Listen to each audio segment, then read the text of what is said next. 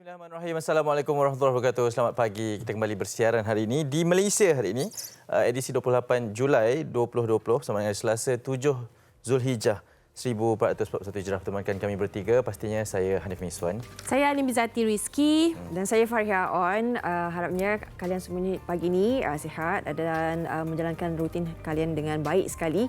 Apatah lagi sekarang ni kita masih lagi berada dalam PKPP pemulihan hingga 31 Ogos nanti. Dan semalam merupakan berita yang agak baik jugalah selepas kita berteka-teki kan. Adakah boleh ke tak balik raya Aidiladha ni, tapi alhamdulillah cuma SOP, beberapa SOP yang ditekankan. Nanti kita akan kongsikan juga pastinya ia dimuatkan di akhbar harian pada hari ini. Apa yang kita mahukan dan kita ingin anda tahu adalah tolonglah rasa bersyukur dengan keadaan ini kerana kita dibenarkan untuk pulang beraya kan, sekurang-kurangnya walaupun keadaan semakin membimbangkan. Cuma semalam mungkin mencatatkan hanya 1 digit saja, alhamdulillah, dan kes tempatan pun berkurangan. Itu yang kita mahukan. Semakin lama semakin mendapat angka yang lebih baik lagi, menunjukkan positifnya keadaan penularan wabak COVID-19 di Malaysia. Ya, betul. Dan pastinya sekarang ni apa yang perlu kita ketahui akan kerap kita tekankan dan peringatkan adalah berkenaan dengan untuk kita mematuhi SOP yang ditetapkan. Kawalan kendiri itu sangat penting dan jangan lupa untuk kita kembali mengingatkan satu sama lain. Dan saya baru saja terbaca tentang satu fakta ini berkenaan dengan sekarang ini 16 juta kes telah berlaku di seluruh dunia. Global. Dan di bulan Julai sahaja 1/3 daripadanya berlaku pada bulan Julai yang lalu. Hampir 5 hingga ke 6 juta kes yang berlaku secara global di dunia. Jadi mungkin di Malaysia kita telah masuki fasa pemulihan. Kita telah dilonggarkan banyak perkara sekali, tetapi perlu diingatkan bahawa ianya masih lagi belum selamat dan kita berkemungkinan tidak mustahil, kita tidak boleh menolak kemungkinan bahawa kita mungkin dilanda gelombang ketiga sekiranya kita masih lagi alpa, kita masih lagi lupa dan kita seakan-akan telah kembali ke norma yang ke kebiasaan yang lama. Kan? Baik, dan mungkin kita boleh kongsikan sedikit informasi berkenaan dengan dicatatkan semalam 7 kes baharu. Kita kongsi ni, kita tak naklah pula bila dengar 7 dah okey balik dah. Betul. Kita kan cepat balik, senang kan? Macam zon selesa sekarang. Tidak ya. Sebab kalau kita lihat mungkin hari ini 1 digit. Kita tak tahu kalau kita leka sedikit akan naik lagi. Okey, dan kes sembuh harian hanya 1. Maknanya agak perlahan kes itu. Dan sekarang ini 179 kes sedang dirawat. Dan kes kematian masih lagi 124. Kita mengharapkan statistik ini akan nampak dia punya positif lah kan. Tapi kalau dengan 1 digit, saya agak bimbang kalau kita lihat angka kan 1 digit nanti macam okeylah ni dah boleh. Nanti bayangkan sekarang ni esok sekolah kan, hari Khamis dah mula cuti sekolah sehingga hari Isnin. Jadi itu antara dalam beberapa hari nanti, 5 hari itu kita bimbang sekiranya kita tidak menjaga apa yang perlu kita jaga, kebiasaan baru itu ataupun norma baru yang kita sedia maklum. Betul, dalam kita seronok ingin meraihkan Hari Raya Aidiladha kerana jelah Raya Aidilfitri kita tidak dapat menyambutnya. Jadi mungkin inilah masanya untuk pulang ke kampung halaman dan juga meraihkan Hari Raya Aidiladha ni. Tapi apa yang kita lebih risaukan adalah selepas ini keadaan yang dikatakan gelombang ketiga boleh berlaku ataupun berpotensi untuk berlaku jika kita tidak menjaga penularan dalam kes tempatan ini. Okey, kita tidak boleh menuding jari yang mana kluster ni dan sebagainya kerana semua ni adalah berdasarkan kerjasama kita setiap individu. Macam kalau di Korea Utara, saya nak kongsikan sahajalah untuk kita lebih rasa bersyukur kerana menjadi rakyat Malaysia. Korea Utara lapor kes yang pertama dan pesakit bakal dikenakan hukuman. Adalah kena COVID-19, kena hukuman lagi selepas itu. Jadi semua rata-rata yang beri komen terhadap artikel ini mengatakan nak sangat jadi rakyat Malaysia. Kerana di rakyat Malaysia ni macam mana pun pihak kerajaan dan juga semua pihak yang bertanggungjawab ingin menamatkan penularan wabak ini supaya tidak kita dijangkiti. Kesihatan dan keselamatan kita adalah diutamakan daripada yang lain. Okey. Baik. Okey. Hari ini kita boleh buka kongsikan petikan akhbar hari ini. Boleh saya mulakan dulu kan NST? Silakan. Kita rasa macam agak canggung juga kan bila raya haji. Tapi tak ada siapa yang kan dalam proses ini. Baik. Kita kongsikan di halaman ke-22, Saudi Arabia opts for scaled down Hajj due to pandemic. Saudi Arabia on Wednesday will begin hosting the annual Hajj pilgrimage, dramatically downscaled due to the coronavirus pandemic that has barred millions of international pilgrims for the first time in modern history. Up to 10,000 people residing in the kingdom will participate in Muslim ritual a tiny fraction of the 2.5 million that attended last year. After what many saw as opaque selection process that left a wave of applicants rejected. Maknanya pastinya lah orang kata macam mana pemilihannya, mungkin tak nampak kan transparency tu. 10,000 orang sahaja yang akan dipilih, maknanya tu dia kata a tiny fraction from, kalau dulu last year 22.5 juta, 10,000 sahaja yang akan diterima. Dan tahun ini tidak akan dibenarkan sama sekali pihak media. Media asing datang untuk membuat liputan dan sebagainya. Jadi ini untuk memastikan bahawa tidak adanya terlalu ramai kan. Hanya mereka saja yang menunaikan haji saja yang akan dibenarkan. Jadi ini antara perkembangan yang terbaru dibawakan. Jadi kita mengharapkan segala yang dirancangkan ini berjalan dengan lancar. Dan sedikit informasi ingin dikongsikan juga, Arab Saudi ini telah merekodkan lebih daripada 260,000 kes coronavirus. Okey, itu di NST dan juga Harian Metro. Saya nak kongsikan pula ini tentang warga emas yang degil dan dikompaun RM1,000 kerana pergi ke lobi di kawasan kondominium yang ditinggal tapi masih lagi memakai wristband.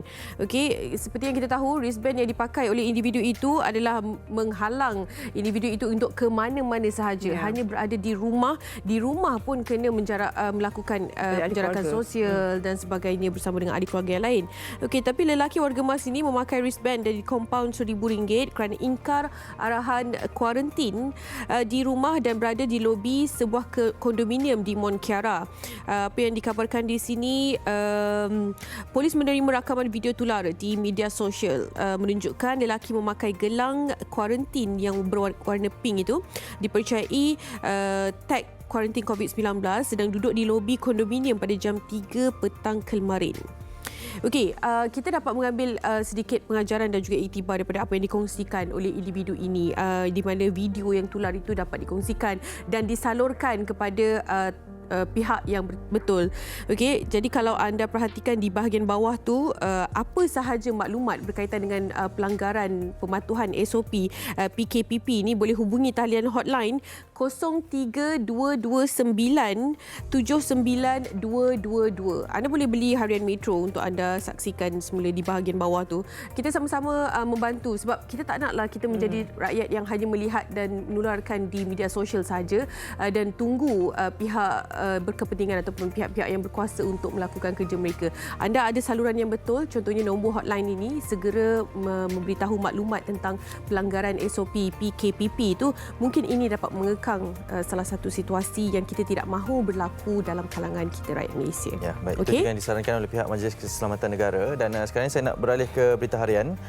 Ini antara yang telah pun diumumkan semalam, antara pengumuman yang paling ditunggu-tunggu, iaitu berkenaan dengan sambutan Hari Raya Adha. Dibenarkan untuk merentas negeri, itu disambut baik oleh kebanyakannya, tetapi ada SOP yang telah pun diperketatkan. Dan di muka hadapan di bahagian atas ini adalah berkenaan dengan SOP Adil Adha.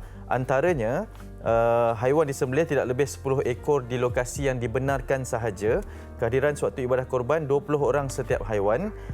Jamuan makan tidak dibenarkan kecuali dibungkus sahaja, dan tetamu ziarah tidak lebih 20 orang pada satu-satu masa. Ini berkenaan sekiranya ingin menziarah ke rumah, dan tiada halangan rentas negeri dan daerah. Dan perinciannya boleh dibaca di halaman ketiga hasil daripada pengumuman ketika sidang media semalam oleh Menteri Kanan Kluster Keselamatan Datuk Seri Ismail Sabri mengatakan bahawa antara intipati pengumuman yang diberikan semalam adalah berkenaan dengan digalakkan menyembelih korban di pusat sembelihan swasta atau milik Jabatan Perkhidmatan Veterina, dan digalakkan menyembelih korban pada 3 hari tasyrik. Dan ada juga turut memandangkan jatuh pada hari Jumaat sambutan Hari Raya Adha. Eloklah rasanya dijalankan ibadah korban pada hari Jumaat, Sabtu dan juga Ahad. Dan itu individu dalam kuarantin, ini penting juga, individu dalam kuarantin dilarang pulang ke kampung, bersolat di masjid ataupun menerima tetamu. Apatah lagi pergi ke kawasan-kawasan penyembelihan untuk melihat haiwan yang dikorbankan. Okey. Perlu tahu sejak hari Ahad yang lalu, pihak polis sendiri telah pun menjalankan pemeriksaan rumah ke rumah mereka yang individu perlu dikuarantin ini. Jadi perlu ingat pihak berkuasa sedang menjalankan operasi ini. Pastinya sejak hari Ahad tu dah 20 orang ditahan kan. Maknanya tidak ada di dalam rumah. Nak tahu betulkah dekat rumah ni kan? Jadi itu telah dijalankan, sebenarnya seiringlah dengan apa yang kita sebutkan, pihak penguasa akan terus menjalankan siasatan ini. Baik. Okey, nanti kita akan dapatkan pandangan berkaitan dengan SOP Aidiladha ini dan juga bagaimana agaknya pandangan daripada pengarah Jawi sendiri ataupun pihak Jawi berkaitan dengan mereka yang ingkar arahan ataupun yang diperlukan oleh negara ini, Tuan Haji Muhammad Ajib Ismail. Sebentar saja lagi. Cuma sekarang ini kita nak kongsikan kepada anda durian kunyit. Selalu kita dengar musang king kan? Ini nama dia? Tak sangka nama dia ada nama lain iaitu durian kunyit. Seorang individu ini dah mula menanam ataupun mempunyai kawasan yang sangat besar, kebun durian ini pada tahun 1988 lagi. Kabarnya satu hari boleh hasilkan 200 kilogram durian kunyit ataupun musang king. Ayo sama-sama kita saksikan.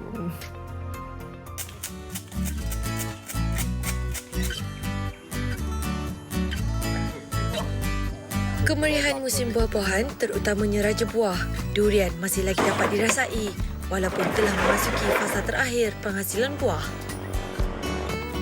Durian kunyit atau lebih popular dengan gelaran musang king mula ditanam di Tanah Merah, Kelantan sejak tahun 1800 sebelum mula dikomersialkan dan ditanam secara meluas di kawasan Gua Musang. Muhammad Sauli Muhammad Nordin, 55 tahun, menjadi antara petani yang mengusahakan penanaman durian kunyit sejak tahun 1988. Kerana minatnya terhadap perbezaan yang ada pada durian kunyit, kini anak jati Pasir Mas ini telah berjaya mengeluarkan hampir 200 kg durian dalam masa satu hari. Minatnya durian kunyit lah. Sebab durian kunyit ni kata-kata orangnya lebih pada durian lain, nak banding dengan durian jenis-jenis lain ni, kira durian kunyit lah. Isi rasa tu berbeza pada durian-durian yang lain. Bagi Sauli, penjagaan, bau dan rasa yang berbeza berbanding dengan durian lain menyebabkan buah ini mendapat permintaan yang tinggi. Durian kunyit ni setelah orang merasa durian kunyit tu, jadi durian lain-lain ni rasa ketinggalan lah. Dari segi rasa, lemak, dia ada pahit sikit-sikit.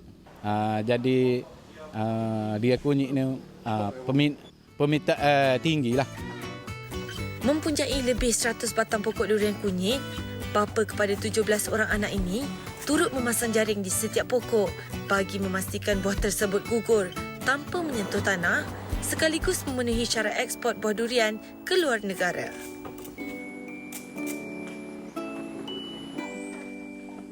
Meskipun penjagaan pokok ini agak rumit, ekoran kondisinya yang sensitif.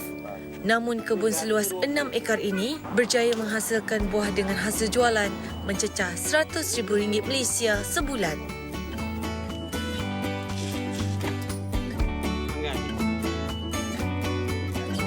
Harga durian yang sedikit mahal bukan penghalang bagi rakyat Malaysia untuk menikmatinya.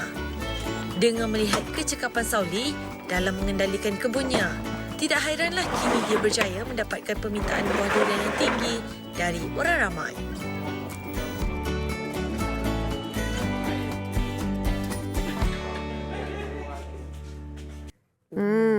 Warna dia tu kan yang menyebabkan mungkin di sana di dalam kunyit. warna kunyit tu memanglah cantik. Kat luar pun tengok Ni je. antara durian yang cantik lah. Di Kita luar tengok, kan. yelah, Bentuk sebab dia macam lebih sapu-sapu. kurang saiz sama je. Ya, dan mungkin menariknya dikatakan. dia letak jaring kan untuk memastikan bahawa kebersihan tu pun perlu dijaga. Baik, itu antara durian kunyit Sekarang ni yang musim tercantik lagi lah. ke tak durian?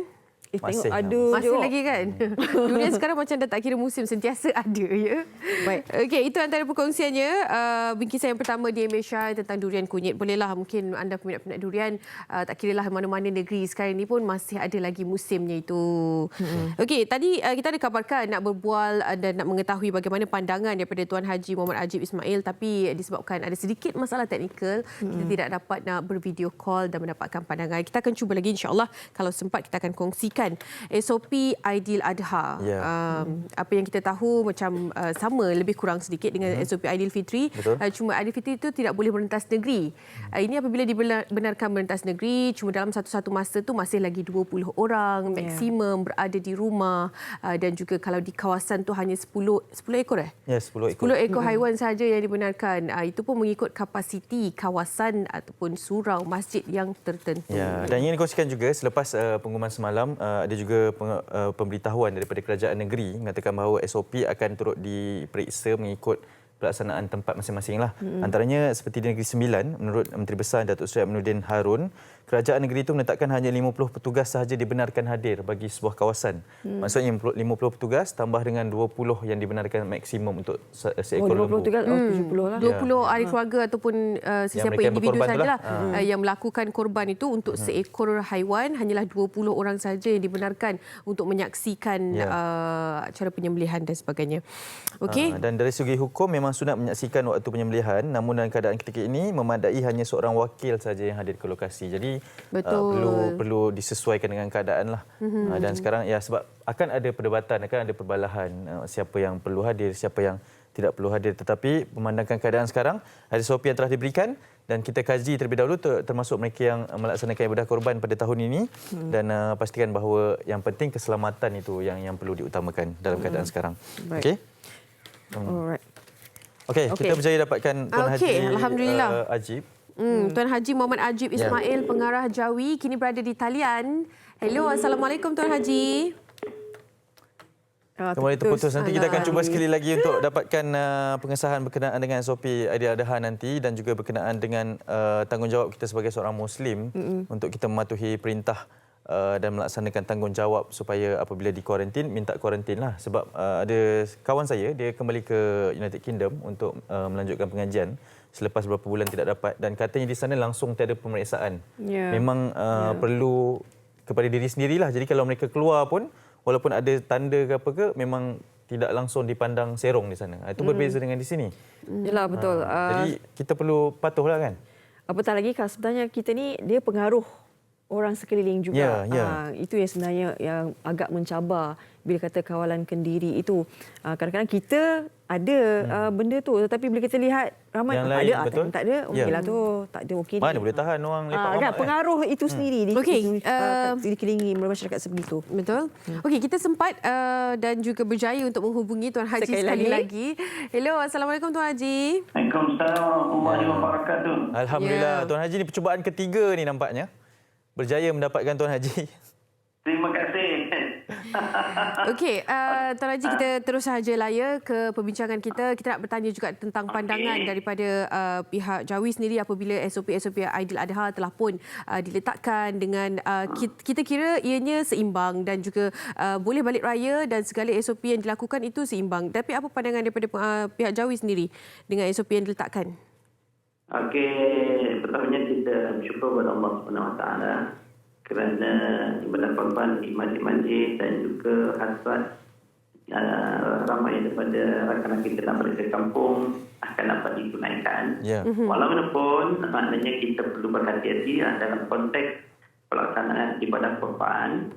Jadi kita akan mengubah sedikit garis panduan yang telah pun kami keluarkan khususnya di wilayah Persekutuan. Okey. Sebagai contoh, kalau sebelum ini kita telah mengeluarkan garis panduan, maknanya seekor lembu boleh dikendalikan oleh 30 orang. Tetapi dengan SOP baru, maknanya tidak boleh melebihi 20 orang. InsyaAllah kita akan mengikut garis panduan yang terbaru tersebut, dan pagi ini pun saya telah pun berjumpa dengan Yang Berhormat Datuk Seri Zulkifli Muhammad Bakri, Menteri di Jabatan Menteri yang bertanggungjawab kepada agensi kami, dan telah memaklumkan bahawa Jawi akan melaksanakan garis panduan yang telah pun ditetapkan. Cuma kemungkinan ada keliling baru ataupun garis panduan baru akan kami keluarkan pada hari ini, insyaAllah, untuk membuat penambahbaikan akan garis panduan itu akan diberikan persekutuan. Sebagai contoh saya sebut tadi, kapasiti kehadiran tidak boleh melebihi 20 orang petugas bagi satu seekor dan berkorban Ya. dan kita tidak akan mengadakan gotong royong dan juga tidak boleh mengadakan jamuan ataupun berduri. Sekiranya memang perlu diberi makanan hanya berbungkus sahaja, insyaAllah. Baik. Kita nak tahu juga bagaimana sebenarnya dari segi Islam kan, sebab sekarang ni kita bercakap berkenaan dengan kawalan kendiri. Jadi katanya yang ingkar kan kuarantin, suruh kuarantin tak nak kuarantin. Dari segi Islam itu sendiri, bagaimana bila seseorang itu terlalu mementingkan diri? Maknanya kita ni hidup bermasyarakat kan, tapi sepatutnya kena jaga semua tu, tapi masih lagi ingkar dengan arahan kerajaan kan. Bagaimana? Mungkin boleh kongsikan. Okey, ini sebenarnya tak sepatutnya berlaku sebab Allah SWT menekankan atiqullah wa atiqur rasul wa ulil amri minkum. Taatlah kamu kepada Allah, taatlah kamu kepada Rasul dan pemimpin-pemimpin di kalangan kamu.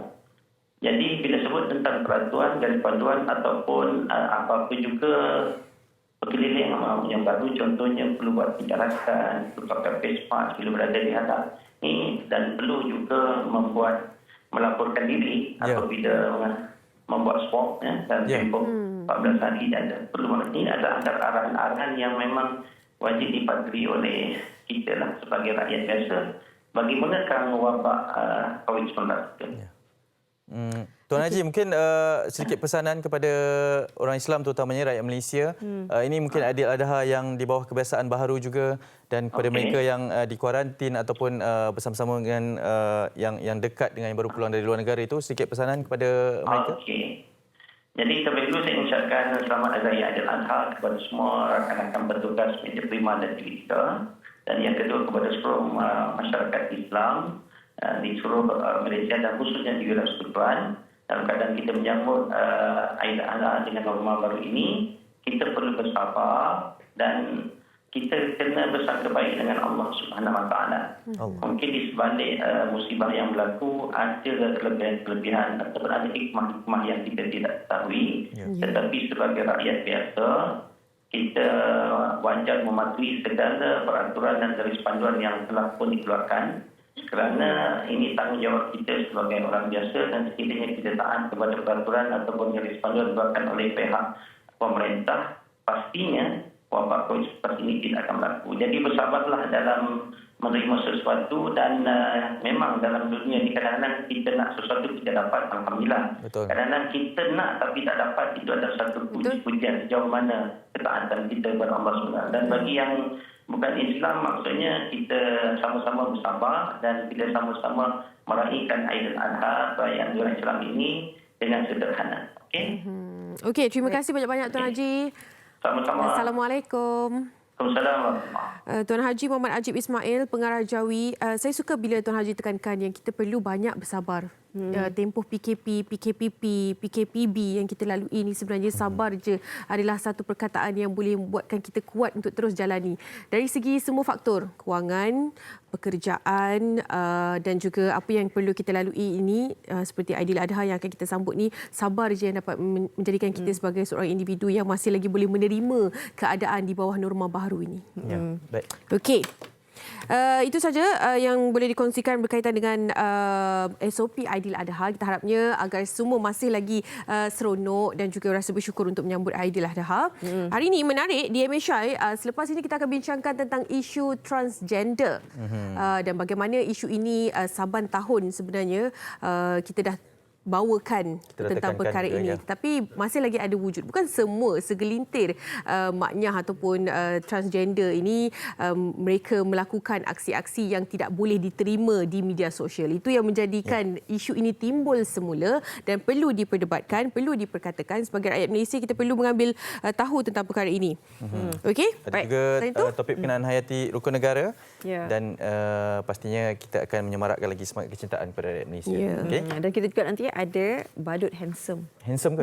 Lebih handsome pada awak. Oh, dia banyak make up. Okey, kita berehat seketika. Kembali nanti semuanya di MHI.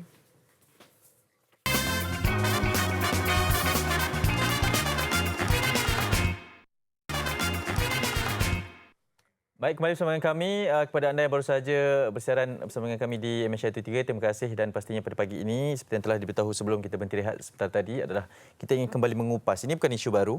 Tapi saban tahun kerap kali juga kita perkatakan, tetapi dengan satu pengumuman baru, kaedah baru daripada Kementerian Jabatan Agama Islam, pastinya mahukan berkenaan dengan kaedah baru untuk kita menyantuni isu transgender ini. Ya, kaedah yang ataupun pendekatan lebih kepada tarbiyah, lebih kepada mendidik, lebih kepada menyokong mereka untuk kembali ke pangkal jalan, bukan nak menjadikan mereka sebagai musuh ataupun mereka ini kita tunjukkan kepada kumpulan maknyah ataupun komuniti maknyah yang dikatakan itu.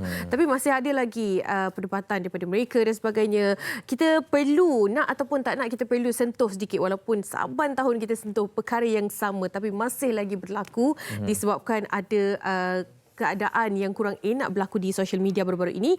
Okey, bersama dengan kita di MHI Dr. Muhammad Izwan Mat Yusof, penolong pengarah kanan bahagian keluarga, sosial dan komuniti JAKIM. Apa khabar Doktor? Baik, Alhamdulillah. Alhamdulillah. Sihat ya? Alhamdulillah. Hanif dengan Hanif sihat? Sihat.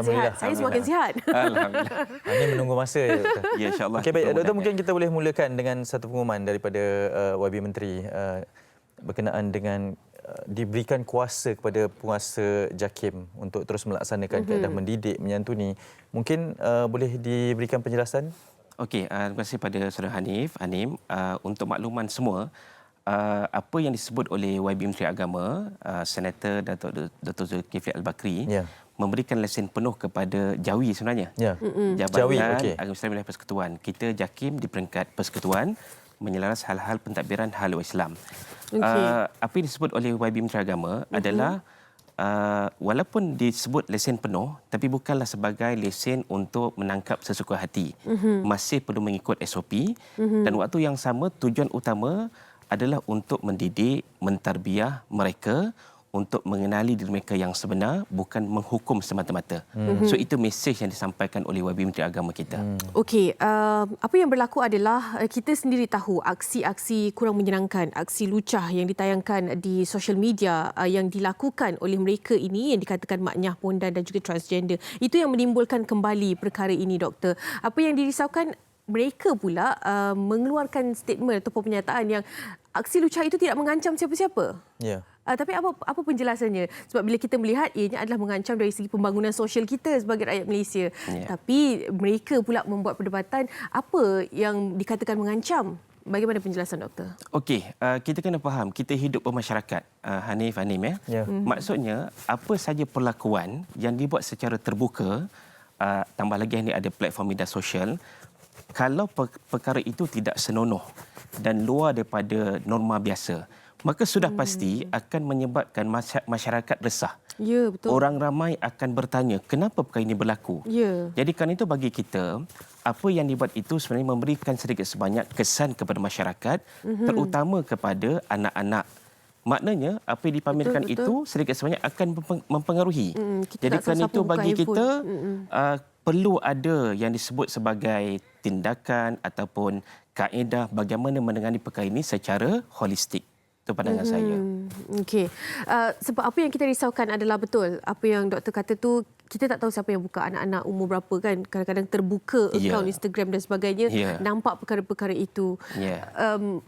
Yang dibimbangkan adalah mereka ni masih lagi melakukan. Walaupun kita kata pendekatannya adalah tarbiyah. Pendekatannya adalah sebenarnya kita tak nak bermusuh pun dengan komuniti ataupun kumpulan ini. Adakah sebelum ini cara yang dilakukan daripada pihak kerajaan, pihak JAWI, pihak JAKIM itu adalah lembut? Dikatakan tidak memberi kesan kepada mereka sampai mereka masih lagi melakukan. Okey. Saya nak petik dapatan kajian saya di peringkat PhD 2016. Saya mengatakan komuniti kalau kata LGBT Muslim yang ada di negara kita ada 3 kelompok. Yang pertama yang telah berhijrah. Yang telah ubah penampilan kembali kepada fitrah. Yang ni kita kena support, sokong untuk dia istiqamah, konsisten. Tak kembali kepada... Ya, betul. Yang kedua, yang masih terlibat tapi mengakui benda ni salah dan sedang mujahadah. So yang ini perlu dibimbing, dinasihati secara kontinuus, berterusan. Jangan kecam. Sebab mereka ada keinginan nak berubah. Yang ketiga, yang kita sebut sebagai hardcore, yang tegar, yang merasakan ini hak kami. So yang ini beberapa dialog kita di Suhaka, memang kita berbincang dengan mereka. Kita mengatakan pandangan kita. Kalau anda menuntut hak anda, kami juga kena meraihkan hak majoriti masyarakat di negara kita. Berlandaskan agama, budaya, perlembagaan persekutuan dan undang-undang kita. Jadi tolong hormat hak majoriti rakyat. Jadi di sini yang kita sebut pada mereka. Jadi sebab itu, pendekatan kita kepada tiga kelompok ini berbeza. Macam di JAKIM, kita ada program Mukhayyam bersama komuniti disayangi LGBT. So ada untuk gay, ada untuk lesbian, ada untuk transgender.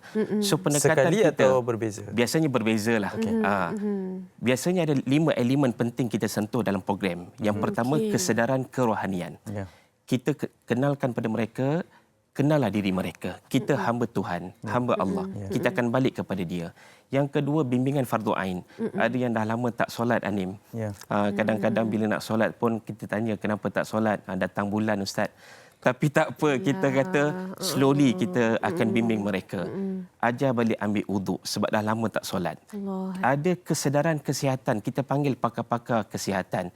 Cerita tentang risiko HIV. Kerana hubungan sejenis memang risiko besar untuk mendapat HIV. Malah sekarang peratusan yang tertinggi disebabkan daripada hubungan sejenis. Ya, benar Nim.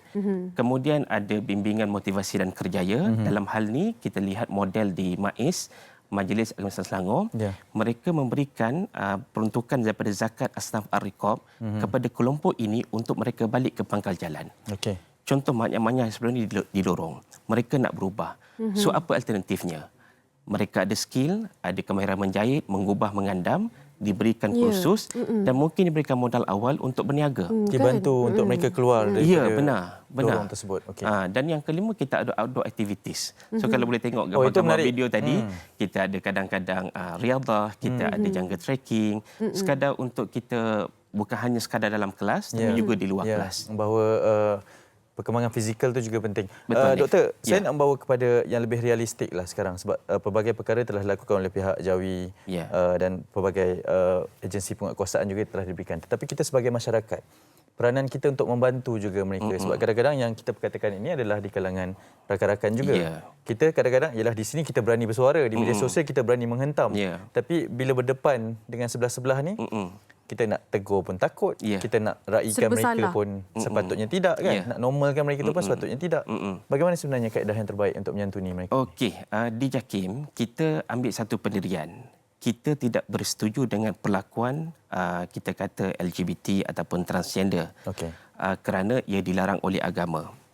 Tetapi pada waktu yang sama tidak menafikan hak mereka untuk disantuni dan dibimbing. Bayangkan dalam keluarga kalau ibu dan ayah diuji dengan anak yang nak menjadi seorang transgender. Ini ujian yang berat kepada ibu dan ayah. Maksudnya mereka kena sabar, kena banyak berdoa dan banyak nasihatkan anak. Saya bagi contoh, kalau anak tu dah nak jadi perempuan, sedangkan lahir tu memang mak dia tahu ini anak lelaki yang aku lahirkan dulu. Dia kena sebut selalu, "Mat, dulu mak lahirkan kau sebagai anak lelaki, bukan anak perempuan." So kembali insafi diri. Dan saya ingat doa ibu ni mustajab, makbul. Mungkin ambil masa yang lama, tetapi insya-Allah satu hari nanti dengan berkat doa ibu ni, walaupun mungkin ibu dah meninggal dunia, banyak kes yang kita jumpa akhirnya anak ni berubah kembali kepada fitrah. Itu yang pertama. Yang kedua, kalau kita ada sahabat-sahabat yang sebegini. Yang pertama bagi saya, jangan judgemental. Maksud judgemental adalah tidak menghukum, tapi tidak bermaksud kita memperakui perlakuan mereka. Waktu yang sama, kita cuba bina repo, kita bertanya khabar, mungkin dia boleh kongsikan latar belakang dia, sejarah dia, dan di situ kita masuk sikit demi sedikit, kita nasihatkan mereka. InsyaAllah, saya yakin kawan-kawan kita tu ada detik di hati mereka untuk menjalani kehidupan yang lebih baik. Wallahualam. Okey, soalan saya yang seterusnya ni ada sedikit petikan daripada apa yang komuniti ataupun kumpulan ini pernah katakanlah. Mereka pernah mengatakan yang kalau ditangkap pun mereka bukannya dilayan dengan baik oleh pihak itu. Mereka dilayan dengan teruk dan diseksa lagi. Jadi apa pandangan daripada doktor sendiri melihat kepada keadaan ini? Mungkin sebelum inilah berlakunya, tapi bagaimana dengan pendekatan itu? Saya kira pengalaman saya dengan sahabat-sahabat di penguatkuasa Jawi, mereka sudah ada sesi ketika mana-mana OKT orang kena tuduh ditangkap. Mereka ada satu slot bimbingan dan juga slot kerohanian. Maknanya sebelum didakwa misalnya, mereka akan diberikan satu slot untuk memperingati apa yang mereka buat ini salah dari sudut agama dan undang-undang, maka mereka perlu berubah ke arah lebih baik. Jadi saya kira kalaupun ada dakwan-dakwan itu mungkin yang terdahulu, kita tak pasti. Tapi insya-Allah saya yakin dengan apa yang ada pada hari ini sudah diperbaiki dari sudut SOP dan pendekatannya. Dan tidak perlu orang kata macam lebih menuduh kepada mereka kan. Kadang-kadang dengar pada satu pihak saja. Bukan setiap orang yang kena tangkap itu kena benda yang sama. Kan ada perkara-perkara yang perlu diambil tahu lagi. Betul. Doktor, mungkin doktor boleh kongsikan juga pandangan daripada ataupun dapatan daripada kajian doktor sendiri. Mengapa mereka ini bila dah pergi ke bergelumang dengan keadaan itu, apa yang menyebabkan mereka ni sukar betul untuk keluar daripada keadaan itu, doktor? Saya kira kita tengok kepada beberapa petunjuk hadis Nabi SAW. Dalam kita nak berhijrah, berubah, kita kena keluar daripada lingkungan yang sedia ada. So dalam kisah itu disebut seorang pemuda yang dah bunuh 99 orang. Jadi dia nak berubah, nak bertaubat. Seorang alim mengatakan pada dia, pergilah kamu ke sebuah kampung, di sana ramai orang yang soleh. Bergaulah dengan mereka. Cuma takdir Allah, dalam perjalanan pemuda ini, dia meninggal dunia. Dan akhirnya, subhanallah, disebutlah hadis itu, dimasukkan pemuda ini dengan rahmat Allah ke dalam syurga. Kenapa? Dia sudah ada keinginan untuk bertaubat dan mudah-mudahan Allah ampunkan dia. Walaupun dah bunuh 99 orang. Dan walaupun dia dalam perjalanan sahaja untuk... Ya, sebab keinginan dia, kecenderungan dia mengikuti nasihat alim tadi, mungkin dengan sebab itulah rahmat Allah turun kepada dia. Jadi saya mengatakan kepada kawan-kawan, sahabat-sahabat komuniti transgender, mana-mana yang ingin mencari kehidupan yang lebih baik, maka kami di JAKIM, di Jawi sedia membantu membimbing. Kita ada program-program yang kita tawarkan dengan beberapa kepakaran yang ada. Contohnya kita ada Ustaz Hanafi Abdul Malik yang sedia membantu dengan pendekatan-pendekatan kasih sayang, yang kita ingatkan pada mereka sebenarnya kita manusia sama. Yang membezakan kita dengan di sisi Allah adalah takwa. Jadi mereka, kalau mereka ingin berubah, mereka kena keluar daripada lingkungan yang sedia ada. Tapi maksud saya bukanlah terus meninggalkan. Kalau mereka dah kuat, dah ada kita kata jati diri yang lebih baik, maka kemudiannya ajaklah kawan-kawan sama-sama berubah. Betul. Mungkin kalau dalam kalangan mereka sendiri yang memberitahu dan menyampaikan, ianya ada agak lebih diterima. Betul. Dan dalam kalangan mereka nak dibandingkan dengan mereka yang tak pernah lalui. Contohnya kita tak pernah lalui apa yang mereka lalui dan kita ajak mereka untuk berubah. Dia akan persoalkan apa sebabnya awak ada faham keadaan kita kan. Setuju. Doktor, mungkin sebab saya sangat tertarik dengan video-video yang dipaparkan ini sebab ianya adalah satu inisiatif yang sangat baik. Tapi doktor sendiri banyak sekali berjumpa dengan mereka. Sebab yalah, kadang-kadang ada yang bertindak untuk menjauhkan, tetapi apabila ada yang mendekatkan, itu akan lebih diterima dengan sangat baik. Bagaimana sebenarnya respon mereka? Apa sebenarnya yang mereka mahukan? Sebab doktor dah bersama dengan mereka, berada dalam camp juga bersama dengan mereka. Sebenarnya mereka ini bagaimana sebenarnya kan? Sebab kadang-kadang kita ni persepsi tu dah negatif awal-awal dah negatif. Tapi sebenarnya mereka pun sama macam kita je. Saya kira kita berbalik kepada pendekatan yang dibawa oleh Nabi SAW. Ketika mana kita bersama dengan seorang pendosa, pelaku maksiat, bagaimana approach yang sebenarnya? Kalau zaman Nabi itu ada seorang pemuda, dia melahirkan hasrat nak berzina di hadapan Nabi. Sahabat lain dah marah dah, Umar, Abu Bakar dah marah. Tapi Nabi kata beginilah, wahai pemuda, bagaimana kalau ada orang nak berzina dengan ibumu ataupun kakakmu? Lalu kata pemuda ini, sudah tentu aku marah ya Rasulullah.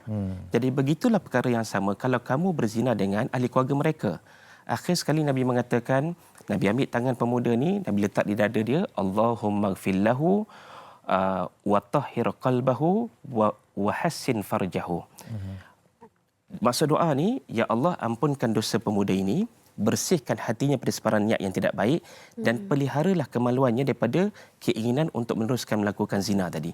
So kita dengan kawan-kawan komuniti transgender, bagi kita mereka sama dengan kita, cuma mereka memilih jalan sebegitu. So pendekatan kita bagi saya yang pertama, macam saya kata tadi, non-judgmental. Mereka ada peluang untuk berubah. Sebab tu saya ingat pada malam satu slot muhasabah Anip dan Anim saya bersama dengan 80 orang komuniti transgender maknya. Waktu tu kita buat di Cameron Highland. Saya tanya mereka, siapa yang kalau boleh ending life dia, kematian dia nak dalam keadaan yang terbaik, husnul khatimah.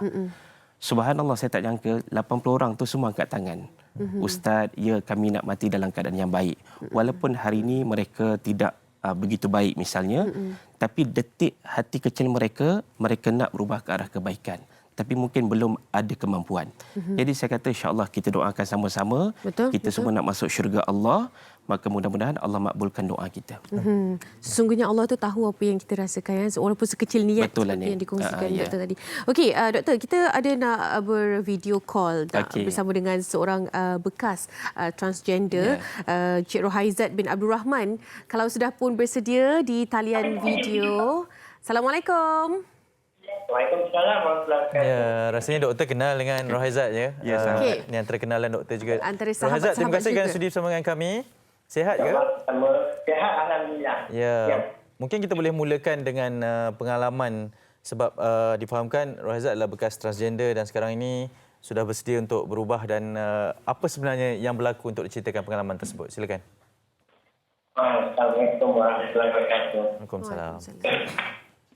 Pengalaman saya pada cerita ini, saya cuma boleh bercerita tentang sedikit pengalaman dalam saya berhijrah. Okey. Kalau berhijrah ni, saya banyak perlu mencari bimbingan daripada orang ramai. Okey. Terutamanya dan sekarang ni saya berhijrah ni dalam keadaan diri saya sendiri dahulu. Saya memperbaikikan diri saya untuk ke jalan yang Allah SWT. Okey. Pada kawan-kawan saya di luar sana tu, saya perlu doakan mereka sama-sama juga di dalam rahmat Allah yang dalam keadaan yang COVID-19 macam ini. Saya doakan mereka semua akan berusaha satu memperbaikikan diri dalam berhijrah ni juga. Ya. Encik Rohaizat, boleh tak saya tahu bila tarikh tahun lah kan, boleh bagi bila yang sebenar-benarnya dah memang tinggalkan dunia itu? Dunia maknyah ni bila yang sebenarnya Encik Rohaizat dah tinggalkan? Ya, itu kan dunia yang kita tinggalkan. Saya sendiri pun tak boleh nak ikut pada diri saya sendiri. Okey. Sebab kita ni manusia yang tidak sempurna. Okey. Hidup dengan saya dikelilingi oleh dengan masyarakat yang dan kawan-kawan komuniti yang saya sayangi.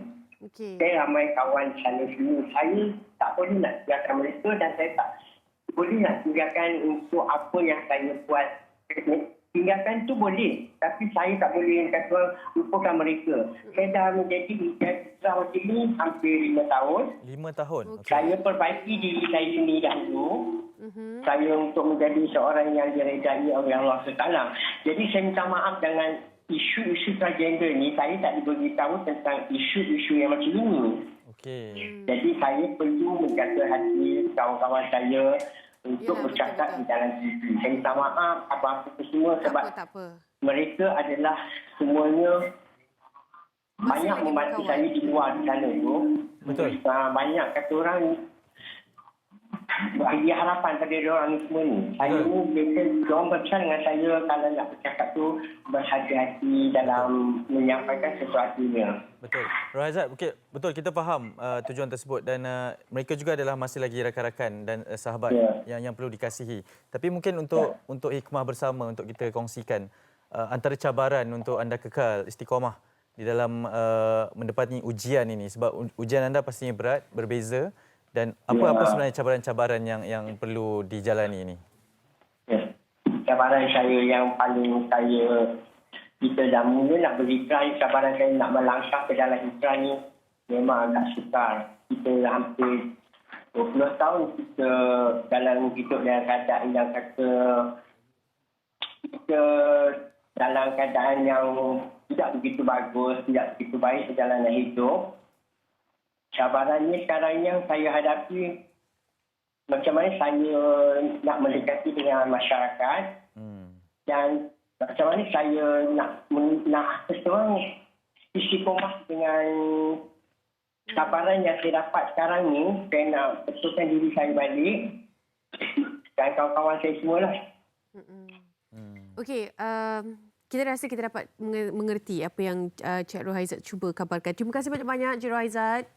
Ya. Jaga diri, kita doakan semoga terus kekal istiqomah. Doa kami sentiasa untuk Cik Rohaizat dan kawan-kawan Cik Rohaizat. InsyaAllah. InsyaAllah. Okey, amin. Dan Cantik Cik baju Rohaizat, tu warna biru.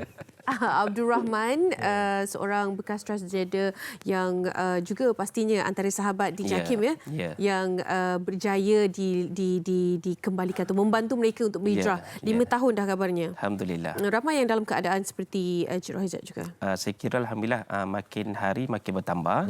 Dan macam disebut oleh Cik Rohaizat tadi, dia masih sayang kawan-kawan dia yang lama. Maknanya itu sikap kita sebagai pendakwah. Walaupun kita dah berhijrah, kita dah berubah, tapi kawan-kawan yang lama tak adalah kawan-kawan kita. So waktu yang sama kita tunjukkan contoh akhlak yang terbaik, waktu yang sama kita nasihatkan mereka. Hidayah milik Allah. Betul? Doktor, mungkin secara penutupnya melihat kepada perkara ini ialah isu yang dibangkitkan juga bukan barulah, tapi akan sentiasa menyemarakkan rasa orang ramai ini. Dan sekarang ada satu kaedah baru ataupun dah lama sebenarnya, tetapi kembali ingin disegarkan dengan kaedah untuk menyantuni dan berdakwah, mendidik mereka. Secara kesimpulannya doktor, dan juga rumusan kepada orang ramai supaya kita sama-sama menyantuni mereka dengan kaedah yang terbaik. Okey, terima kasih pada Hadif dan juga Anim. Saya menganggap isu ini adalah isu bersama dan dia melibatkan peranan daripada semua kita. Bermula daripada rumah, ibu dan ayah, kemudian adik-beradik, kemudian juga kawan-kawan dan anggota masyarakat. Jadi bagi saya dalam hal ini, kita kalau dapat mulakan dengan proses pencegahan dan pendidikan awal.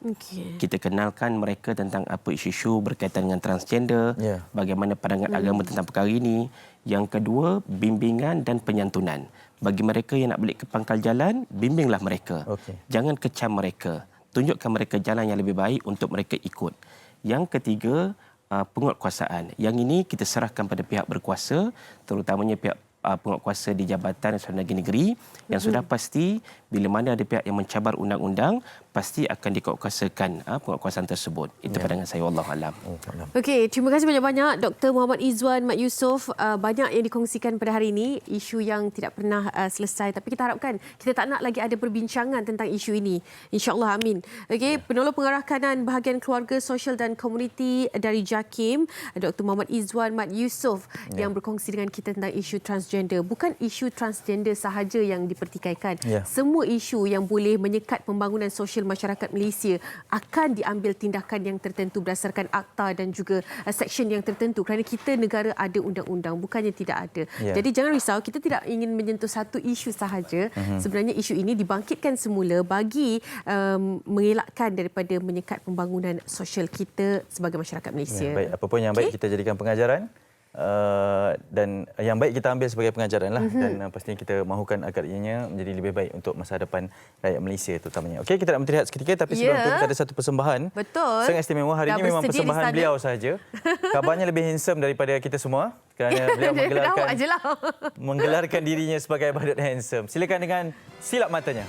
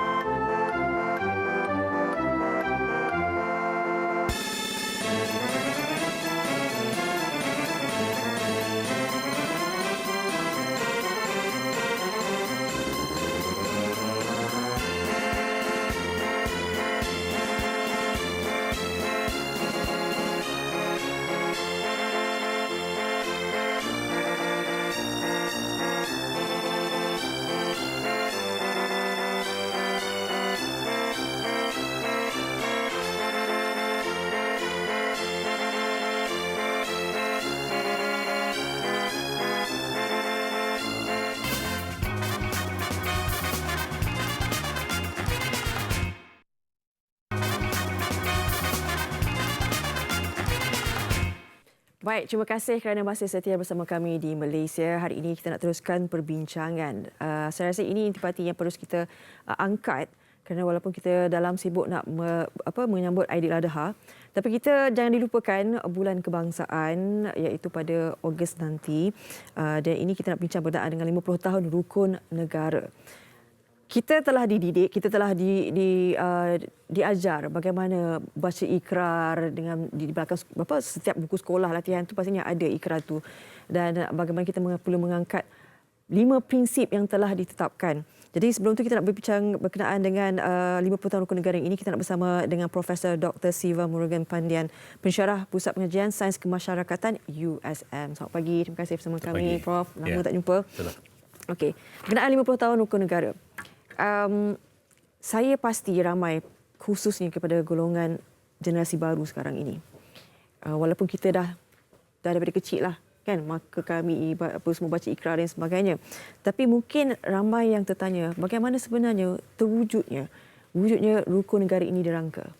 Kalau kita perhatikan dokumen keramat ini lahir selepas berlakunya peristiwa 13 Mei 1969, peristiwa yang berlaku 3 hari selepas keputusan pilihan raya ketiga diumumkan 1969, dan ketika itu Parlimen dihentikan fungsinya, Majlis Gerakan Negara mengambil alih terajun pilihan negara diketuai oleh Tun Abdul Razak. Ketika itu dirasakan bahawa asas kepada kekuatan kepelbagaian yang rencam, yang pelbagai di dalam konteks negara kita adalah perpaduan. Jadi bagaimana nak pulihkan semula perpaduan dalam keadaan masing-masing mempunyai perasaan syakwa sangka, etnosentrik, prejudis yang terlalu tinggi sehingga memberikan impak yang terlalu besar ke atas negara ketika itu. Berlakunya peristiwa rusuhan yang telah mengorbankan ramai. Bermakna memerlukan satu dokumen yang dianggap sebagai falsafah kebangsaan yang mungkin boleh diangkat untuk memastikan bahawa negara tidak sama sekali tergugat dalam kedudukan seperti itu. Maka lahirlah di bawah mesyuarat perundingan negara pada Januari 1970, diketuai oleh Tun Abdul Razak, adanya Tan Sri Sen, Tun Samantan, beberapa kelompok yang lain turut sama merasakan bahawa perlu dibuat satu dokumen yang besar dan disiarkan ketika Hari Kemerdekaan 1970 oleh Yang Pertuan Agong yang keempat ketika itu, dan merasakan inilah dokumen yang mampu untuk mengangkat semula kedudukan negara. Jadi dalam dokumen itu saya rasakan ramai yang terlepas pandang kekuatannya. Kenapa kita perlu kembali kepada roh negara ini yang rencam. Baik. Saya suka untuk bertanyakan berkenaan dengan pemahaman. Kerana saya percaya bahawa kalau kita tidak ada pemahaman, maka tidak ada penghayatan. Kan biasanya kalau kita tahu rukun negara ini, kita baca ikrar saja, Prof. Sebelum saya nak ke soalan yang kedua ni, saya rasa eloklah kita saksikan terlebih dahulu. Ini kita dengarkan suara anak-anak Malaysia. Kalau di sekolah-sekolah ini, adakah mereka tahu berkenaan dengan apakah itu rukun negara? Kita sama-sama saksikan, dengarkan suara mereka. Tahu tak apa itu rukun negara? Tahu? Tahu? Tahu? Tahu? Tahu? Boleh adik nyatakan 5 rukun negara? Kepercayaan kepada Tuhan, kesetiaan kepada raja dan negara, keluhuran perlembagaan, kedaulatan undang-undang, kesepanan dan kesusilaan. Adik tahu tak maksud kepercayaan kepada Tuhan? Maksud dia kita kena percaya yang Tuhan tu ada, and for Islam memang wajiblah kena percaya. Kena percaya. Apa yang adik faham tentang kesetiaan kepada raja dan negara?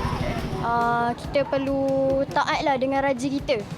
Kita disuruh apa kita cakap, kita suruh buat. Apa yang adik faham tentang kedaulatan undang-undang? Kedaulatan undang-undang tu macam kita kena patuhi peraturan, macam contoh kalau Perdana Menteri bagi kita peraturan untuk duduk rumah masa PKP, so kita kena duduk lah. Apa yang adik faham tentang kesopanan dan kesusilaan? Kita kenalah menghormati agama lain dengan agama kita sendiri. We have to hormat all the things that we should lah.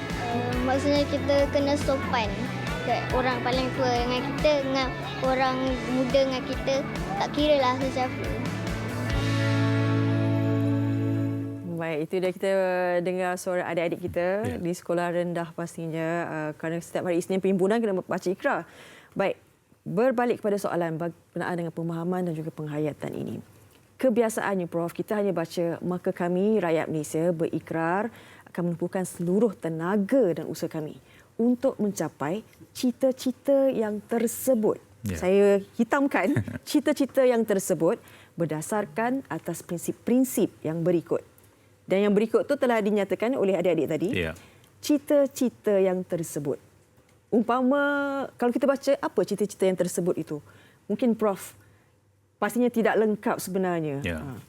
Itulah lazimnya kita sering memberikan keutamaan kepada 5 prinsip sehingga mengabaikan mukadimah. Asasnya adalah bahawa negara Malaysia ini ingin mencapai cita-cita berikutnya. Dan dalam konteks itu sudah nyatakan ada 5 kepentingan yang harus kita berikan tumpuan. Satu adalah untuk memastikan bahawa perpaduan dapat dipelihara. Kedua adalah untuk menjamin proses demokrasi diteruskan. Ketiga adalah untuk memelihara keadilan. Keempat, amalan liberal, tradisi, kebudayaan itu tidak sama sekali akan tergugat. Dan yang terakhir adalah melahirkan masyarakat yang progresif dalam persaingan teknologi dan yang moden. Mana 5 ini adalah acuan yang telah membentuk 5 prinsip tadi. Seringkali kita memberikan tumpuan kepada 5 prinsip sehingga kita mengabaikan mukadimah dia yang rasakan sebenarnya amat penting dan relevan. Kalau kita memberikan tumpuan kepada kesemua 5 asas yang telah dibina, memberikan naratif yang baik, artikulasi yang mempamer satu parameter yang dikonstruk berdasarkan kepada mukadimah tersebut, maka barangkali kita akan melangkaui tahap pemahaman. Tun Razak ketika melancarkan rukun negara mahu melihat bahawa ia bukan sekadar difahami, ia harus diterap dan juga dijadikan sebagai satu amalan dalam darah daging kita. Itu perkataan yang digunakan oleh Tun Razak ketika itu, merasakan bahawa kesemua pihak harus memainkan peranan dalam memelihara perpaduan, menjamin keadilan, demokrasi diteruskan. Ketika itu ramai persoalkan apakah kita akan kehilangan hak dan juga kebebasan, apakah kita sama sekali tidak akan lagi dibenarkan mempunyai atau meraihkan kebebasan yang sudah disuarakan sebelum ini. Bagaimana kita nak terus progresif kalau kita masih lagi menyoal nilai-nilai yang sebenarnya boleh menggugat perpaduan. Bagi Tun Razak, saya rasakan bahawa perpaduan adalah satu aset, bukan liability. Kepelbagaian itu harus mencorakkan masa depan negara. Itu mukadimah yang sebenarnya memberikan kekuatan. Tapi bagi kita, seringkali 5 prinsip itulah yang kita jadikan rujukan, yang diletakkan atas sifir. Kalau tidak dihafal, sifir itu kita dipukul, diherdik, dimarah, tetapi tak pernah sama sekali kita dimarah kerana tidak menghafal ataupun mengamalkan rukun negara. Ya, kerana kita tahu bahawa rukun negara itu cukup sempurna. Pastinya 5 prinsip itu yang meliputi dari segi bagaimana menghormati agama, kan, institusi raja itu sendiri, undang-undang dan juga cerminan kepribadian yang perlu kita bawa sebagai rakyat Malaysia.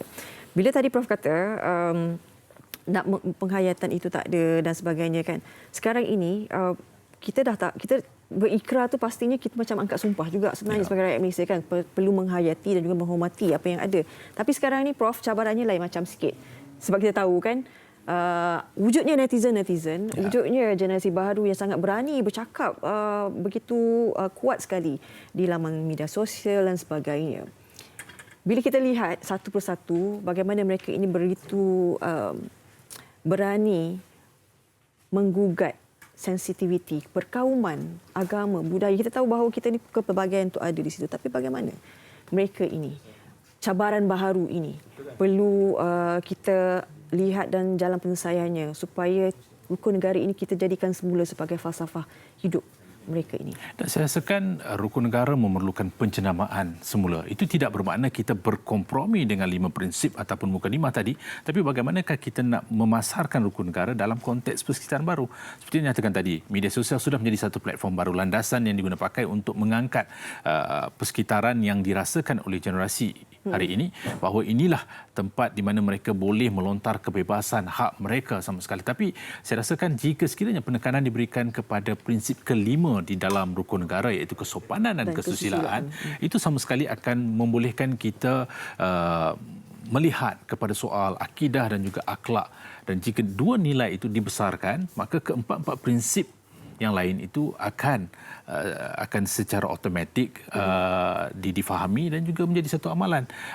Bermakna 3 nilai yang boleh kita guna pakai di dalam konteks ini: faham, hormat, terima. kalau kita memahami di antara satu sama lain, kita akan hormat. Kan? Hormat dan kemudiannya terima. Begitulah kedudukan kepercayaan kepada Tuhan. Tak adalah yang akan memperlekehkan agama Islam sebagai agama persekutuan ataupun agama lain. Tidak akan yang mengetawakan kedudukan bahasa Melayu. Tidak akan ada yang memperlekehkan kedudukan institusi Raja-Raja Melayu. Tidak ada yang akan mengangkat undang-undang mengikut keselesaan mereka. Kerana kalau yang kelima tadi itu mampu kita pastikan kekuatannya diangkat, kesopanan dan kesusilaan, bermakna yang lain itu saya rasa akan jatuh dengan sendirinya. Barulah kita boleh memastikan baik di dalam media sosial sekalipun netizen haruslah mempunyai tanggungjawab untuk memelihara satu bentuk ruang di alam maya. Bagaimana ketika PKP dulu sebagai komuniti COVID-19 ini, perpaduan terpelihara dalam alam maya. Masing-masing cuba untuk bergandingan di antara satu sama lain. Walaupun kita berdampingan tetapi berasingan, walaupun kita bergaul tetapi tidak bergabung, alam maya itu telah membawa ke semua mereka dalam keadaan tersebut. Adakah kita memerlukan krisis untuk memulihkan perpaduan dan juga memahami rukun negara? Rukun negara lahir ketika 13 Mei 1969. Ketika COVID-19 juga kita lihat seolah-olah kita boleh bersama ketika krisis. Kita menunjukkan boleh bantu antara satu sama lain. Frontliners kita melangkaui doktor, askar, polis, pembawa makanan, pencuci dan sekalipun masing-masing tidak melihat berlatar mereka. Kekuatan dibina ketika itu. Jadi netizen juga haruslah bertanggungjawab. Mereka tidaklah boleh memperlekehkan kedudukan negara. Ada yang balikkan bendera, ada yang tidak menggunakan mural tu sama juga lukisan mural itu menunjukkan seolah-olah mereka mempunyai pemahaman yang berbeza. Bagi saya, mereka yang menconteng sedemikian rupa ke atas kepimpinan, suka atau tidak hakikatnya inilah barisan kepimpinan hari ini. Ada cara lain untuk menengahkan pandangan mereka. Mereka saya rasa tidak layak dipanggil sebagai warga negara kerana mudah untuk kita membina negara ini, tetapi bukan mudah untuk membina seorang warga dengan nilai jati diri yang cukup tinggi. Apa gunanya ada ilmu, kemahiran, kebolehan tapi tidak diselaputi dengan nilai karakter mulia, termasuk nilai patriotisme, nasionalisme.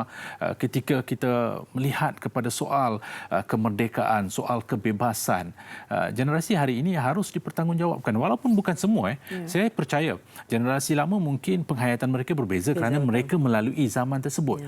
Tapi generasi hari ini walaupun tidak melalui zaman tersebut, barangkali ada pendekatan lain yang boleh digunakan pakai, instrumen yang lain, metodologi yang boleh digunakan pakai itu berbeza. Benar. Dan saya suka apabila Pak Profesor mengambil contoh COVID-19.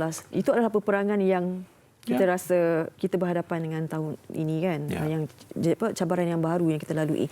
Baik, kita tak nak juga apabila kita bercakap berkaitan dengan rukun negara ini bermusim. Kan? Bagaimana sebenarnya kita perlu letakkan ia sebagai ketetapan, maknanya azimat yang kita perlu peganglah sebagai rakyat Malaysia. Dan bukan saja rukun negara, saya percaya bendera Malaysia itu juga sebenarnya antara yang boleh kita jadikan sebagai panduan untuk mengukuhkan lagi pemahaman dan penghayatan kita sebagai rukun negara. Mungkin Prof boleh kongsikan juga bagaimana sekarang inilah generasi muda khususnya perlu, sebab ada juga yang tak tahu maksud di sebalik bendera tu. Apatah lagi ni kan kebangsaan. Sebab kita tahun bulan-bulan ini kita dah ada benderanya, pemasangannya dan sebagainya kan. Kebetulan hari ini pelancaran bulan kebangsaan dan juga mengibar jalur gemilang. Bagi saya bendera merupakan martabat negara. Dalam kain sejengkal itu ada nilai kegemilangan negara tersebut. Bagaimanakah kita mahu memastikan bahawa setiap warga memahami nilai bendera tersebut? Barangkali mereka tidak faham adanya nilai pengorbanan, kebebasan, nilai kebanggaan ketika kita mengangkat bendera tersebut. Dulu ia diberi percuma. Ada pihak yang memberikan percuma, membiarkan ia berkibaran di merata tempat. Tapi hari ini mungkin wujud kekangan, keterbatasan, limitasi tertentu menyebabkan pengibaran itu terhad. Tetapi tak salah kita kibarkan bendera. Kalau bukan bendera kita, bendera siapa lagi? Kenapa ketika pasukan Malaysia bermain dalam bola sepak, hoki, badminton, kita begitu megah? Ketika bendera dikibarkan, kita sanggup diri. Ketika lagu Negaraku dimainkan di rumah sekalipun, rasa bangganya cukup besar. Tapi adakah hanya ketika bermusim, musim sukan ataupun aktiviti sampingan lain perlu kita kibar, ataupun ia perlu dikibarkan sepanjang masa? Jadi penghayatan ke atas bendera itu cukup besar. Ada yang cuba untuk memperlekehkan kedudukan bendera, ada yang mengheret ketika menaiki motosikal seolah-olah tidak menghormati kedudukan bendera kerana tidak ada pemahaman ke atas kedudukan nilai di sebalik bendera tersebut. Jadi bagaimana kita nak pastikan bahawa pemahaman ke atas usaha untuk mengimbar jalur gemilang itu harus diperhebatkan. Ia bukan hanya menjadi tanggungjawab agensi kerajaan ataupun media. Pelbagai pihak lain harus memainkan peranan yang sama. Ia bermula dengan keluarga. Bagi saya, pihak keluarga harus menyemai, memupuk, mendidik dan juga memelihara nilai di sebalik usaha secara berterusan, bukannya bermusim, ke atas isu yang berkaitan dengan bendera maupun rukun negara. Begitu juga dengan pihak sekolah, guru, rakan sebaya, media, pemimpin, diri sendiri. Saya rasakan kesemua ini merupakan ejen yang berpengaruh. Tapi yang paling penting adalah rakan sebaya. Saya rasa pengaruh rakan sebaya amat besar. Walaupun bermula dalam keluarga, media menyemarakkan perasaan tersebut. Tapi kadang-kadang rakan sebaya ini boleh membawa satu imej yang berbeza. Bermakna dalam konteks ini saya rasakan kita perlu harus mencari percantuman nilai persamaan dalam memastikan kita tidak sama sekali akan berkompromi dalam soal nilai kenegaraan. Bendera harus dikibar, harus dipastikan kedudukan itu dipertahankan. Jatuhnya kedaulatan sebuah negara adalah apabila bendera itu tidak lagi dihormati ataupun diberikan pengiktirafan, bukan oleh orang lain tetapi warganya sendiri. Jadi bagi saya, warga Malaysia mempunyai tanggungjawab besar dalam soal bendera. Macam saya katakan tadi lah, walaupun hanya sejengkal saiznya, tapi nilai di sebalik bendera itu memberikan maksud dan makna yang luar biasa kepada mereka yang menggelar diri mereka sebagai warga Malaysia. Ya. Dan saya kira Prof, mungkin tahun ini adalah bila kita sambut Hari Kebangsaan nanti 31 Ogos 2020, saya kira ini adalah tiba masanya untuk kita mengangkat martabat 50 tahun rukun negara ini. Sebab mungkin sebelum ini tak terfikir bahawa itulah yang perlu kita jadikan azimat kembali, kan. Ingat kembali apa sepatutnya yang perlu kita ikrar daripada umur 6 tahun ni, kan, sampai sehingga kini sepatutnya kita perlu tahu apa yang kita perlu lakukan sebagai rakyat Malaysia. Baik, terima kasih sekali lagi Prof. Dr. Siva Murugan Pandian. Saya harapkan apa yang kita kongsikan hari ini sangat-sangat bermakna buat kita semua sebagai rakyat Malaysia. Bukan saja ikrar di bibir tetapi di hati itu, ketetapan itu sebenarnya, keikhlasan itu sebagai rakyat Malaysia untuk menjadikan tanggungjawab kita sendiri. Baik, selepas ini kita akan berehat seketika. Sekembalinya nanti kita akan bersama dengan Badut Handsome. Badut Handsome.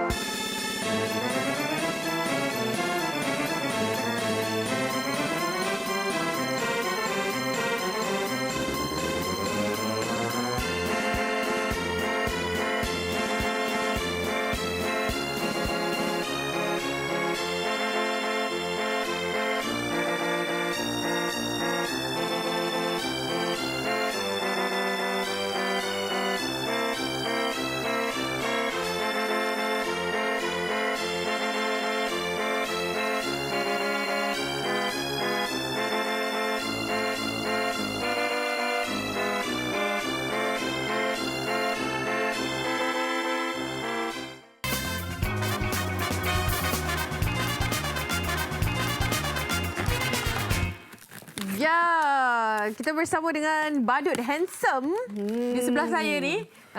Tadi namanya? Tadi kita tengok persembahan dia tak ada suara kan? Ini kena Okey, suara. dah boleh.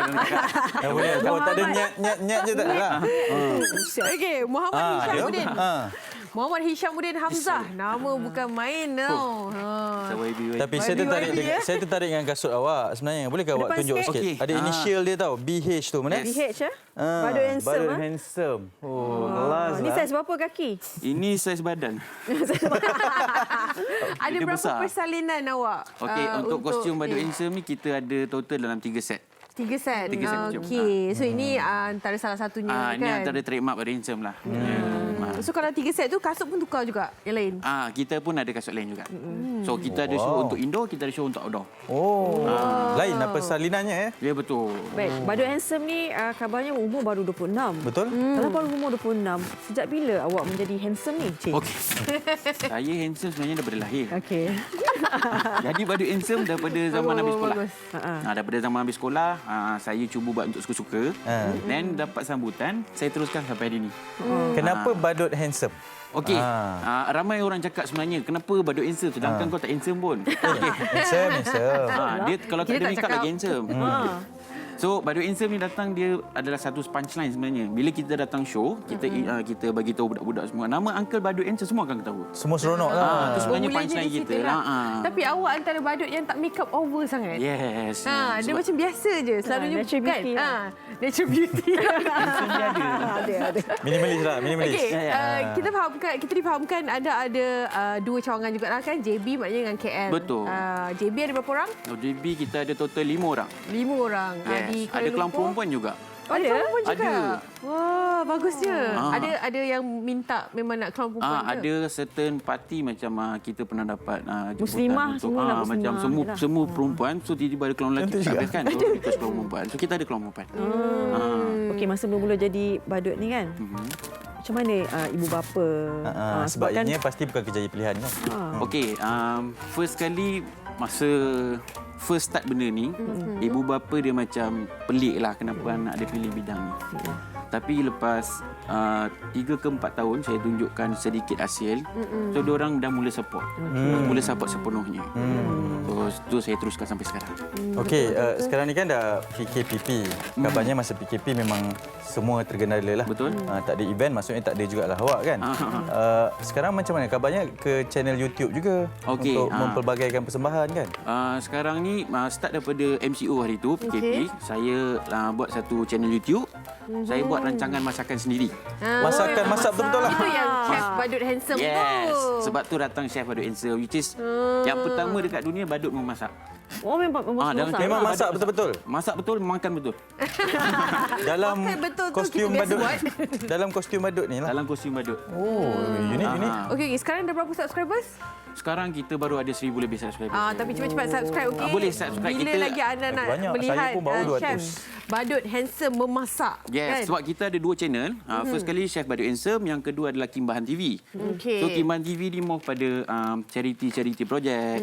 Lepas tu lebih kepada konten yang fun. Kalau Chef Badut Handsome ni banyak pada masakan dan makan sebab dia suka makan. Tu real life lah. Okey, Real kita lah, nampak ada betul. beg kat depan ni. Saya kagum dengan beg ni. Badut Beg ni, handsome bagasi ni, background. bagasi siapa ni? Okey, bagasi Ini ni macam antik betul. Ini unik ni. susah saya cari ni. Ya. Saya jumpa, saya bawa balik. Jumpa kat mana? Saya beli kat kedai antik, kedai lama. Saya tengok benda ni sangat menarik, saya beli. Dia ada parking dia ni. Dan ini salah satu daripada awak punya perkakas lah. Yes, Pergi mana-mana khazanah. membawa dengan beg Betul. ni juga. Wow. Okey, memang awak ni jenis yang kelakar ke karakter yang sebenar kalau tanpa pakaian badut ni? Okey, Ke macam saya mana? punya karakter sebenar yang kenal anak saya, isteri saya, keluarga saya. Sebab bila tak ada makeup sampai part serius, saya memang sangat serius. Sampai part kelakar, saya akan kelakar lah. Bila sampai show, saya tak pernah serius. Saya kena kelakar. Sebab Jadinya nak beritahu ni garang lah ni sebenarnya. tak ada makeup memang garang. Pernah tak anak masa awak marah tapi dia ketawa sebab dia mungkin dah selalu nampak awak jadi badut? Itu kebiasaannya. Sebab dia cakap, Daddy kan clown. Kan? Apa Itu cabaran mencabar utama juga tu. sebenarnya jadi badut ni? Okey, cabaran utama first kali kita punya mental fizikal lah. Mental fizikal ada setengah clown ni, badut ada orang punya mental fizikal tu tak berapa kuat. Ya. Sebab saya pernah nampak ramai clown yang cuba naik and end up dia orang berhenti jadi clown. Bila tanya kenapa, aku tak boleh lah. Tak tahan macam tu lah. Tak tahan sebab masyarakat? Okey, masyarakat ada yang pandang serong. Selain daripada itu, family juga. Sebab family tak semua orang support. Yang ni kan, sebab benda ni clown. Bukan satu benda yang menarik kat mata orang lain. So, ada yang dah berhenti pun jadi badut. So, yang benda ni memang kena fokus pada mental dan fizikal lah. Kena kuat. Tapi saya percaya mental dan fizikal kuat sebab dia bukan badut yang memang nak sembunyikan muka dia. Kan? Dia jenis badut yang sikit-sikit je anak-anak okay, badut. Sebab bila ada setengah yang kita tanya jadi badut tu, dia tak rasa malu sangat sebab muka dah habis dah tak kenal dah. Kalau mereka berada di luar memang dah tak kenal dah siapa tu kan. Betul. Dulu saya memang full, make up full, penuh badut. Second show saya pergi, budak semua nangis. Asal? Oh, kenapa? Dah lah, gemuk muka semua. Okey, faham. So kat situ kita study balik. Kita study balik apa yang cara untuk kita overtake, ambil atribut.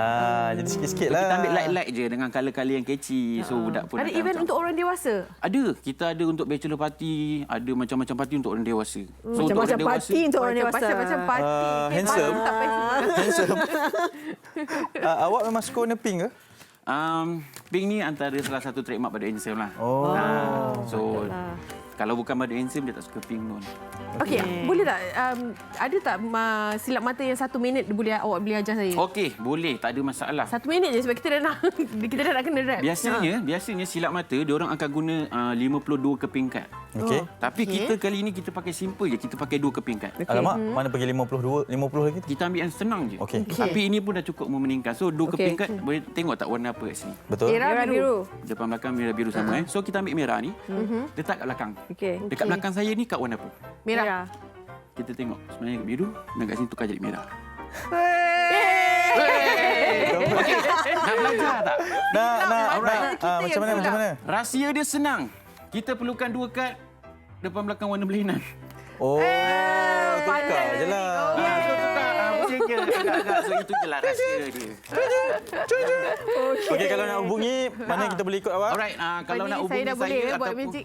Kalau konten saya Peluang tu dah jadi air mata dah pula. Cepat-cepat. Bagi dia. boleh cari dekat Instagram Mr. Badut Handsome ataupun YouTube Chef Badut Handsome ataupun boleh cari kat Facebook Badut Handsome. Tekan juga Google Badut Handsome, mesti jumpa. Okey. Jadi kepada anda semua esok teruskan bersama dengan kami kerana kita akan bincangkan tentang Hari Arafah dan juga craft tanah liat. Okey, esok waktu yang sama di Malaysia. Assalamualaikum. Boleh buat lagi. Itu suara dia.